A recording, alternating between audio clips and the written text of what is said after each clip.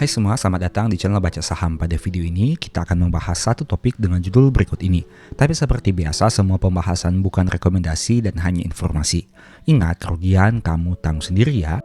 Pada video ini, kita akan membahas lagi tentang saham BRI. Berhubung laporan keuangan Q1 tahun 2026-nya sudah terbit. Seperti yang kamu lihat datanya di sini, per video ini dibuat harga saham BRI mengalami penurunan dan sempat menyentuh angka yang rendah yaitu 2.980. Angka ini merupakan angka terendah dalam 5 tahun terakhir.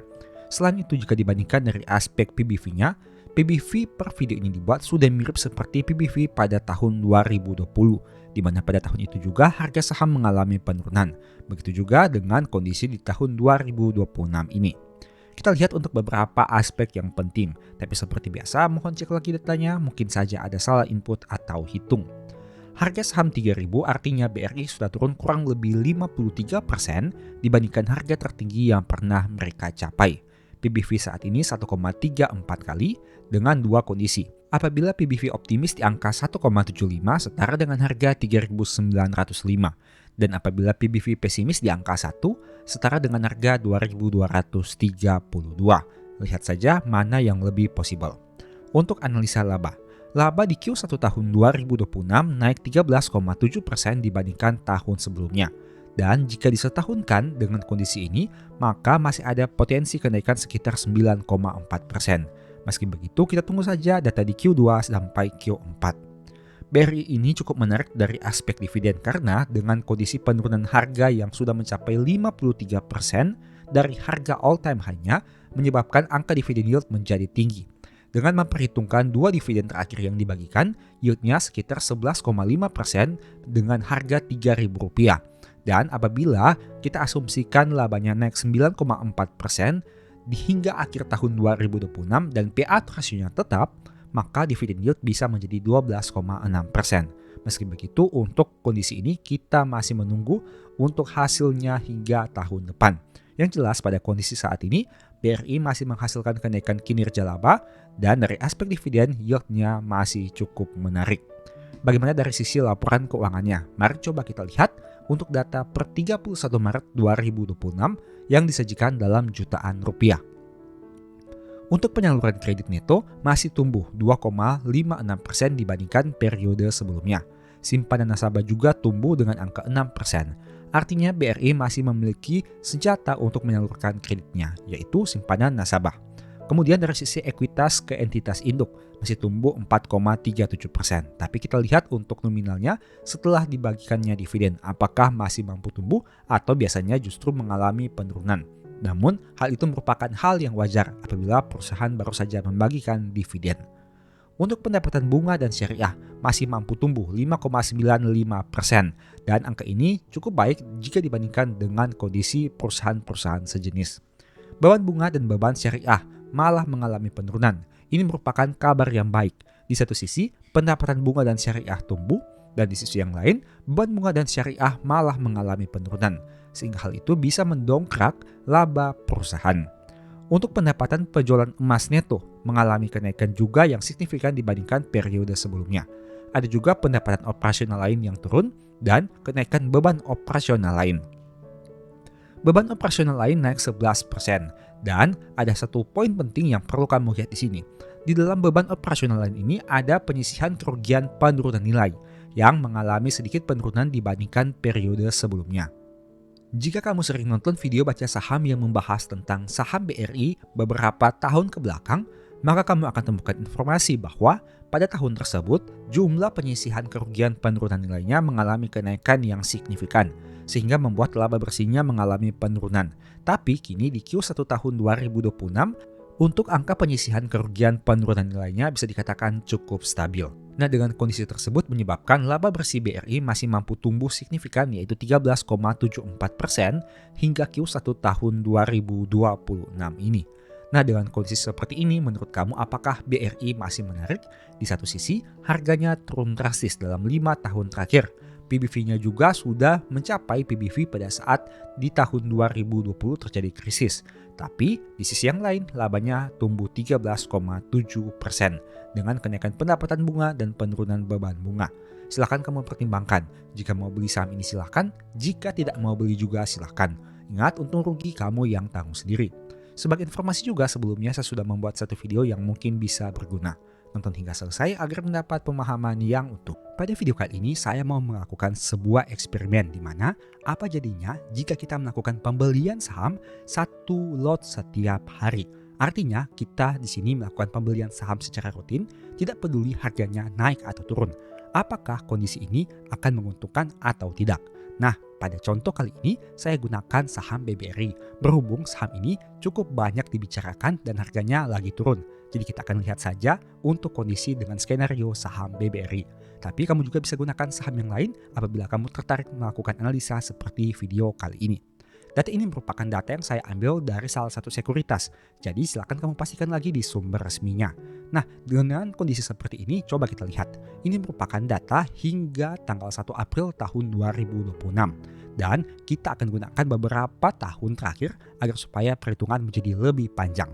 Nah oke, kita asumsikan kita beli pada harga pembukaan setiap harinya. Contoh, kita beli di tanggal 1 April ini sebanyak 1 lot, yaitu 340.000 atau 100 lembar saham. Tanggal 31 Maret juga seperti itu. Hal itu terus kita lakukan dari waktu ke waktu. Dan kita akan tarik mundur untuk jangka waktu yang lebih panjang. Bisa kamu lihat di sini, data yang kita gunakan katakanlah sejak tahun 2024 pada tanggal 2 Januari tahun 2024. Pada saat itu harga BRI masih 5.650 dan per video ini dibuat harganya tersisa di angka 3.000-an saja. Oke, sekarang kita masuk ke dalam perhitungan yang lebih detail. Yang pertama, kita lihat di sini. Di tahun 2026 untuk periode 1 Januari sampai 1 April dengan jumlah pembelian sebanyak 56 lot. Oke, coba kita hitung datanya di sini. Kita total dulu dari tanggal 1 sampai tanggal 1 April. Oke, ini merupakan totalnya Rp20.815.000 atau kurang lebih 56 kali pembelian. Dan dengan kondisi ini artinya harga rata-rata per lembar kita kurang lebih sekitar Rp3.717. Sekarang coba kita lihat bagaimana jika kondisi itu kita belikan di tahun 2025. Artinya dari tanggal 1 Januari sampai tanggal 30 Desember. Kita total dulu angkanya di sini. Oke, kita tarik dulu. Kita lihat dari tanggal 1 dan market buka di sini tanggal 2 Januari. Oke, jumlah pembelian kita adalah 92.235.000 dan frekuensi pembelian kita adalah 236 kali. Yang artinya apabila kita rata-ratakan, harga average kita sekitar Rp3.908 per lembar saham. Bagaimana jika kondisinya di tahun 2024? Kita tarik mundur dulu. Dari bulan Januari sampai bulan Desember. Oke, coba kita lihat datanya di sini.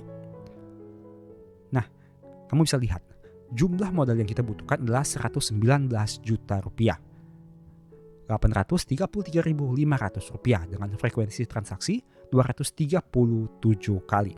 Oke, harga rata-ratanya adalah Rp5.056. Nah sekarang, ini kan datanya jika kita lihat dalam waktu 1 tahun. Artinya di tahun 2024, 25, dan 26. Pertanyaannya, bagaimana jika kita melakukan periode yang lebih panjang? Katakanlah dari 1 Januari tahun 2024 sampai dengan saat ini, 1 April tahun 2026. Jika kondisinya seperti itu, maka modal yang kita keluarkan sudah Rp232.883.500 dan frekuensi pembelian kita adalah sebanyak 529 kali. Yang artinya jika kita rata-ratakan, harga average kita adalah Rp4.402 per lembar saham. Bagaimana jika kita baru membelinya di tahun 2025 dari periode Januari sampai 1 April tahun 2026? Modal yang kita keluarkan Rp113 juta 50.000 dengan frekuensi transaksi 292 kali. Yang artinya harga rata-rata kita adalah Rp3.872 per lembar saham. Nah dengan kondisi seperti ini, jika kamu lihat per video ini dibuat, katakanlah harga saham BRI di angka 3.500, yang mana angka itu masih lebih rendah dari harga rata-rata entah kita membeli sejak tahun 2024 atau sejak tahun 2025. Itu artinya apabila kita konsisten melakukan pembelian satu lot setiap hari pada periode waktu yang panjang, katakanlah 1-2 tahun terakhir ini, maka harga rata-rata kita memang masih lebih tinggi dibandingkan harga per video ini dibuat. Tapi pertanyaannya, bagaimana kondisinya ke depan? Apakah harga saham BRI bisa kembali naik lagi, bahkan mencetak angka all time high-nya? Tidak ada yang tahu, bisa iya, bisa juga tidak. Yang jelas dengan skenario seperti ini, kamu bisa melihat berapa banyak harga rata-rata yang kita miliki dengan kondisi 1 tahun atau 2 tahun terakhir. Dan jangan lupa, ada satu aspek lagi yang perlu kita pertimbangkan, yaitu dari sisi dividen. Katakanlah di sini dividen di tahun 2025 yaitu Rp343,4 per lembar saham.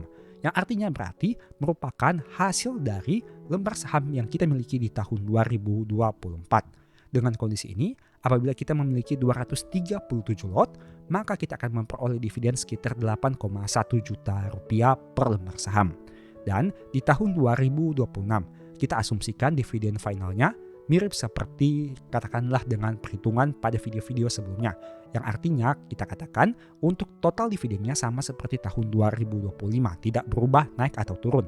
Nah, dengan kondisi ini kamu bisa lihat untuk lembar saham kita di tahun 2024 dan 2025, jika kita total maka kita akan memperoleh dividen Rp16 juta, Rp242.820. Artinya untuk dividen di tahun 2025 dan 2026, yield kita sekitar 6,7 sampai 7,7%. Dan dengan kondisi seperti ini berarti total dividen yang kita terima untuk saham BRI dalam 2 tahun terakhir sekitar Rp24 juta. Belum termasuk untuk jika kita melakukan compounding saham dengan melakukan reinvest dividen. Saya sudah tidak menghitung terkait hal tersebut. Yang jelas dengan kondisi seperti ini, kita bisa melihat apakah BRI itu menarik untuk kita averaging down dengan skenario-skenario kita masing-masing. Entah itu kita melakukan pembelian seperti video ini, 1 hari 1 lot. Entah itu kita melakukan pembelian dengan harga tertentu saat harganya turun, kita beli. Entah kita melakukan cut loss, kemudian kita beli di harga yang lebih bawah. Ataupun kita memilih saham yang lain, bukan saham BRI, bukan saham perbankan, dan saham-saham yang lain. Video ini hanya sebagai edukasi maupun hanya sebagai informasi kepada kamu. Ternyata ada berbagai macam variasi averaging down yang bisa kita lakukan. Dan itu tergantung kepada kondisi kamu masing-masing. Kamu lebih nyaman yang mana? Silahkan kamu putuskan. Ada juga orang yang tidak nyaman dengan averaging down. Mereka memilih lebih baik cut loss dan menunggu momentum yang tepat. Tidak ada yang salah dan tidak ada yang benar. Karena setiap investor, setiap trader punya caranya masing-masing. Yang jelas video ini hanya sebagai informasi saja dan bukan rekomendasi. Semoga video ini bisa memberikan manfaat baru kepada kamu. Thank you. Demikianlah pembahasan singkat pada video ini. Selalu ingat bahwa semua saham dan pembahasan yang ditampilkan bukan rekomendasi dan hanya bersifat edukasi.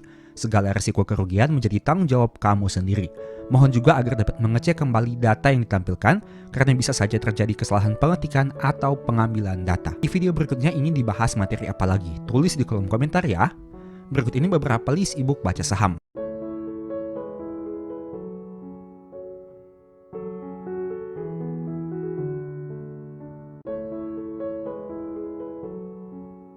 Info pembelian silahkan chat saja pada nomor WA yang tercantum pada video kali ini. Sebagai informasi, kamu bisa support channel ini dengan cara melakukan pembelian produk apa saja di Shopee menggunakan link yang diklik pada video ini. Produknya bebas. Thank you.